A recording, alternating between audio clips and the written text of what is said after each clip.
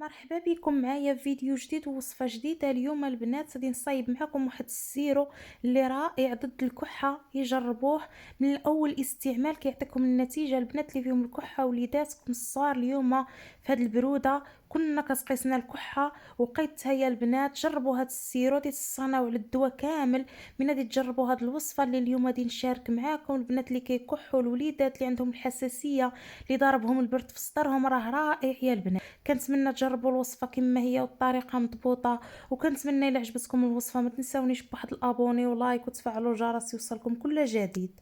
بسم الله نبداو على بركه الله. هنايا عندي جوج لتشينات وحامضه.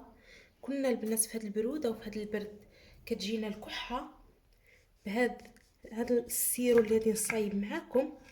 غادي تهناو بشي حاجه سميتها الكحه. راه زوينه البنات اللي كيكون ضاربهم البرد كيكونوا كيكحوا بزاف، تقدروا ديروه ليكم لوليداتكم. راه زوين ورائع اللي عندهم الصدر والكحه والحساسيه.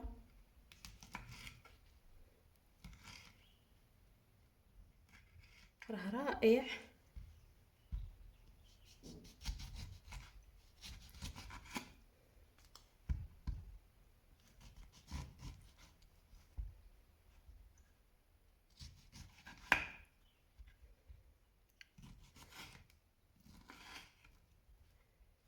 غادي نقطعوه بحال هكا.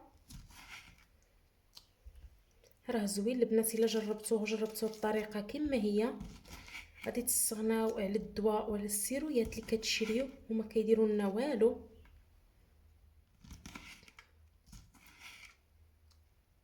راه زوينه بالخصوص للدراري الصغار. عندي هنايا كاسرونه غادي نضيف فيها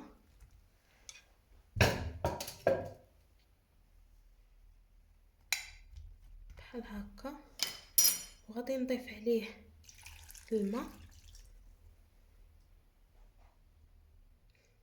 ضفت هنايا كاس ونص ديال الماء، تقدروا تضيفوا الكميه اللي بغيتو. انا درت هنايا جوج تشينات وحامضه كنضيف لهم كاس ونص ديال الماء. وغادي نضيف هنايا نص معلقه ديال القرنفل او عود النوار اللي زوين كينقي لنا الصدر من الميكروب ومن الجراثيم. وغادي ندير هاد المكونات يطيبوا ونرجع معكم. ها هو بدا كيطيب معنا بحال هكا على نار مهيله حتى يطيب معنا هاد التشين وهاد الحامض مزيان.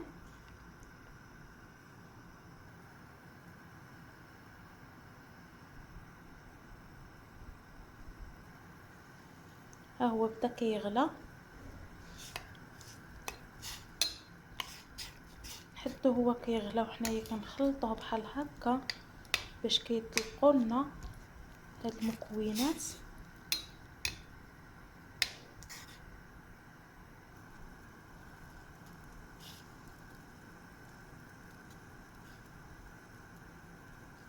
ها هو من بعد ما طاب معانا هاني حيدته من فوق البوطه. غادي نجيب الميكسور ونطحنو ونرجع معاكم. ها هو من بعد ما طحنته بحال هكا رجع معانا. غادي نجيب صفايه نصفيه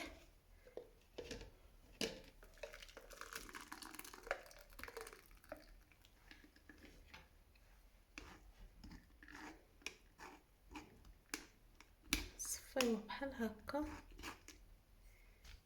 غير الماء.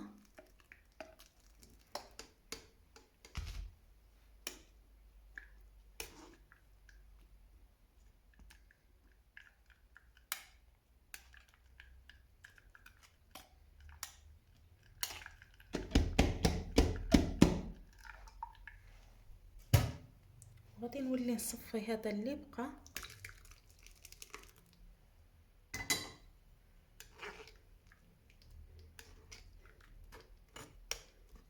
بحال هكا. راه زوين البنات رائع الكحه.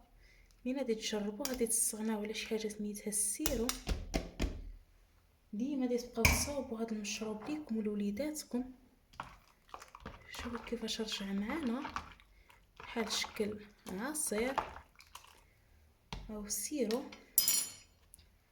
غادي نجيب كاس، غادي نضيفو فيه هاد المشروب،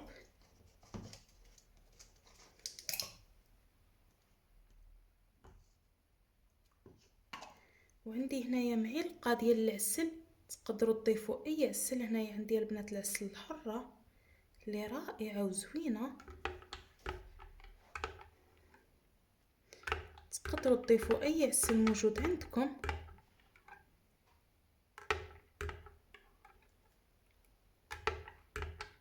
نخلطوه مزيان حتى يندمج لنا هاد العسل مع هاد المشروب.